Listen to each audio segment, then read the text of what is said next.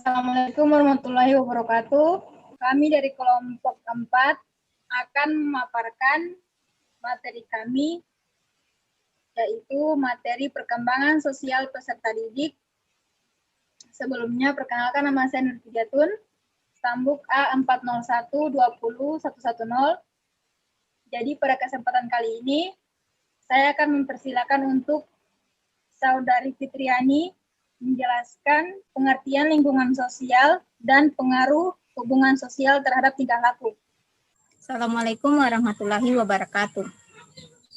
Perkenalkan, saya Fitriani, Stambuk A40120095. Yang pertama, pengertian lingkungan sosial. Hubungan sosial merupakan hubungan antar manusia yang saling membutuhkan. Hubungan sosial dimulai dari tingkat yang sederhana dan terbatas, yang didasari oleh kebutuhan sederhana. Semakin dewasa dan bertambah umur, kebutuhan manusia semakin kompleks dan tingkat kebutuhan sosial juga berkembang menjadi amat kompleks.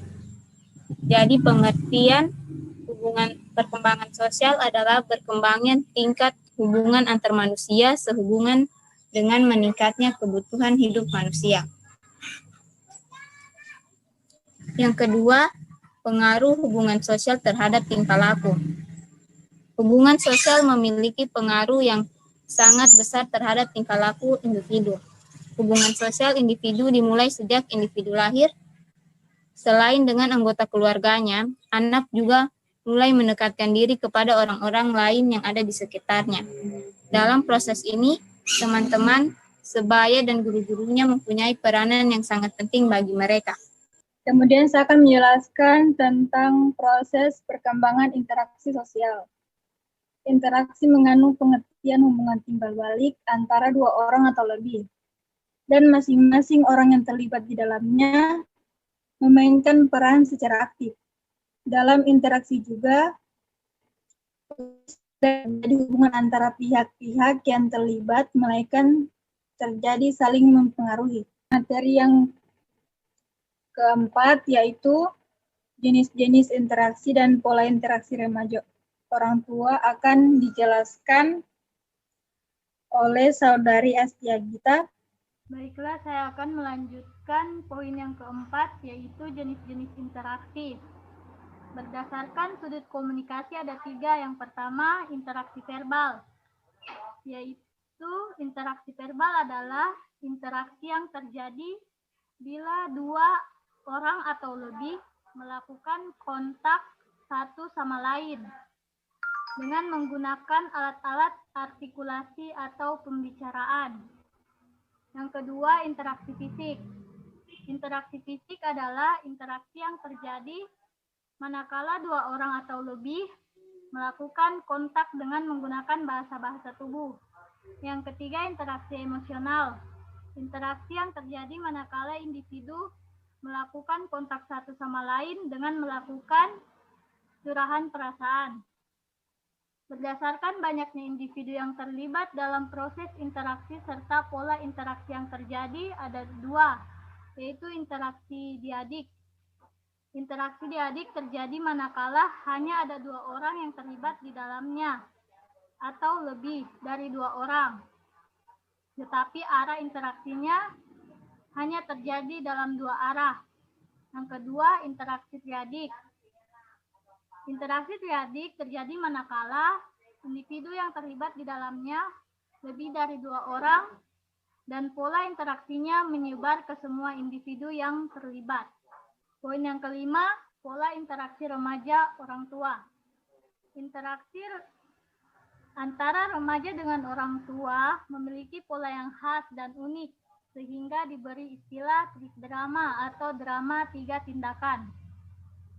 First act drama, interaksi remaja memiliki ketergantungan dengan orang tua, tetapi sudah mulai menyadari keberadaan dirinya sebagai pribadi dibandingkan fase sebelumnya.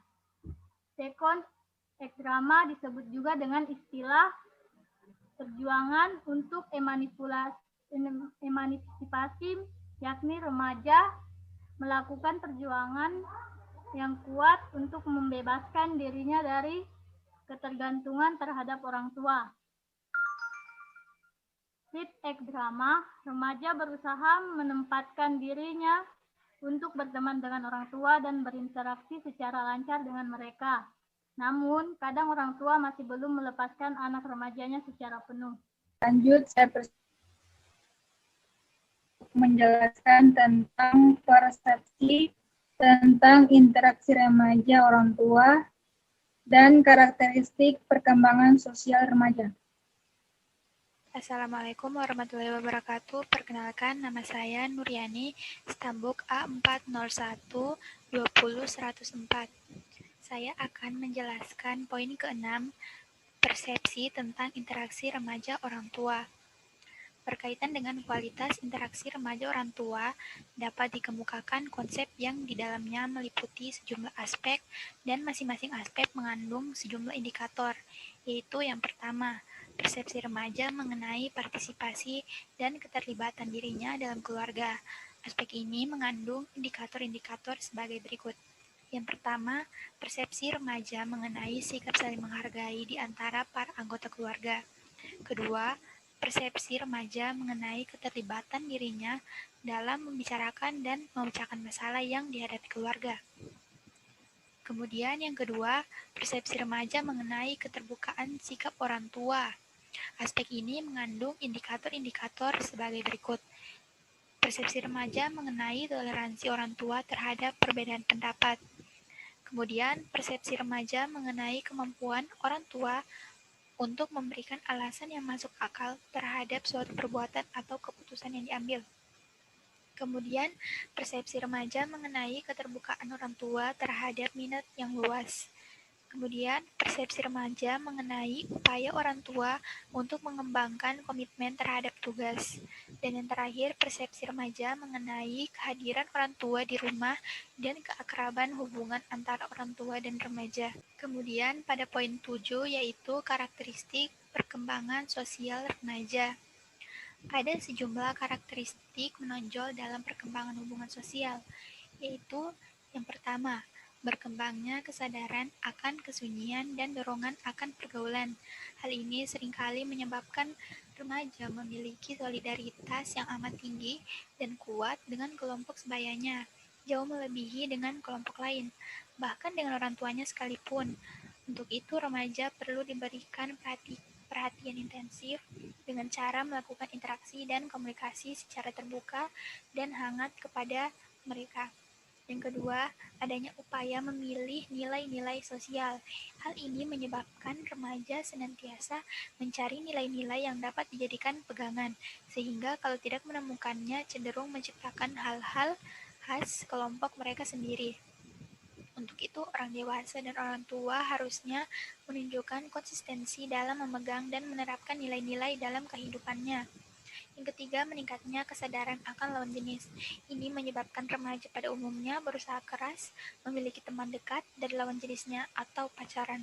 Untuk itu, remaja perlu kita ajak berkomunikasi secara rileks dan terbuka untuk membicarakan hal-hal yang berhubungan dengan lawan jenis. Dan yang terakhir, yaitu mulai tampak kecenderungannya untuk memilih karir tertentu. Meskipun sebenarnya perkembangan karir remaja masih berada pada tahap pencarian karir. Untuk itu, remaja perlu diberi wawasan karir disertai dengan keunggulan dan kelemahan masing-masing jenis karir tersebut. Saya persilakan kepada Saudari Filda untuk menjelaskan tentang faktor-faktor yang mempengaruhi hubungan sosial dan perbedaan individual dalam perkembangan sosial. Perkenalkan, nama saya Filda Rabili, Stambuk A401-20101. Di sini saya akan menjelaskan tentang faktor-faktor yang mempengaruhi perkembangan hubungan sosial. Faktor yang pertama, lingkungan keluarga. Keluarga merupakan lingkungan yang pertama yang memberikan pengaruh terhadap berbagai aspek perkembangan anak, termaksud perkembangan sosialnya. Ada faktor dari dalam keluarga yang sangat dibutuhkan oleh anak dalam proses perkembangan sosialnya, yaitu kebutuhan rasa aman, dihargai, disayangi, diterima, dan kebebasan untuk menyatakan diri. Yang kedua, lingkungan sekolah. Kehadiran di sekolah merupakan perluasan lingkungan sosial individu dalam rangka pengembangan kemampuan hubungan sosialnya dan sekaligus merupakan faktor lingkungan baru yang sangat menantang atau bahkan mencemaskan dirinya. Yang ketiga, kematangan. Bersosialisasi memerlukan kematangan fisik dan psikis untuk mampu mempertimbangkan dalam proses sosial, memberi dan menerima pendapat orang lain, memerlukan kematangan intelektual dan emosional. Keempat, status sosial ekonomi. Status kehidupan sosial keluarga dalam lingkungan masyarakat. Masyarakat akan memandang anak bukan dari independen, akan tetapi akan dipandang dalam konteksnya yang utuh dalam keluarga anak itu. Ia anak siapa? Sehingga anak itu akan banyak memperhatikan kondisi normatif yang telah ditanamkan oleh keluarganya. Yang keempat, pendidikan. Pendidikan merupakan proses sosialisasi anak yang terarah. Hakikat pendidikan sebagai proses pengoperasian ilmu yang normatif akan memberi warna kehidupan sosial anak di dalam masyarakat dan kehidupan mereka di masa yang akan datang. Kita lanjut pada perbedaan individual dalam perkembangan sosial. Perbedaan lingkungan dapat menimbulkan perbedaan sikap dan hubungan sosial pada individu. Secara psikologis, sikap ini dapat dipelajari melalui 3 cara, yaitu meniru orang yang lebih berprestasi dalam bidang tertentu, mengkombinasikan pengalaman, dan menghayati pengalaman emosional khusus secara mendalam. Sekian, terima kasih. Yang terakhir, saya persilakan kepada Mission Magdalena Uro untuk menjelaskan tentang upaya pengembangan hubungan sosial remaja dan implikasinya bagi pendidikan. Perkenalkan, nama saya Mission Magdalena Uro, Stambuk A40120314, Prodi PGSD, Fakultas FKIP. Di sini saya mewakili kelompok 4 peserdik akan menjelaskan tentang upaya perkembangan hubungan sosial remaja dan implikasinya bagi pendidikan.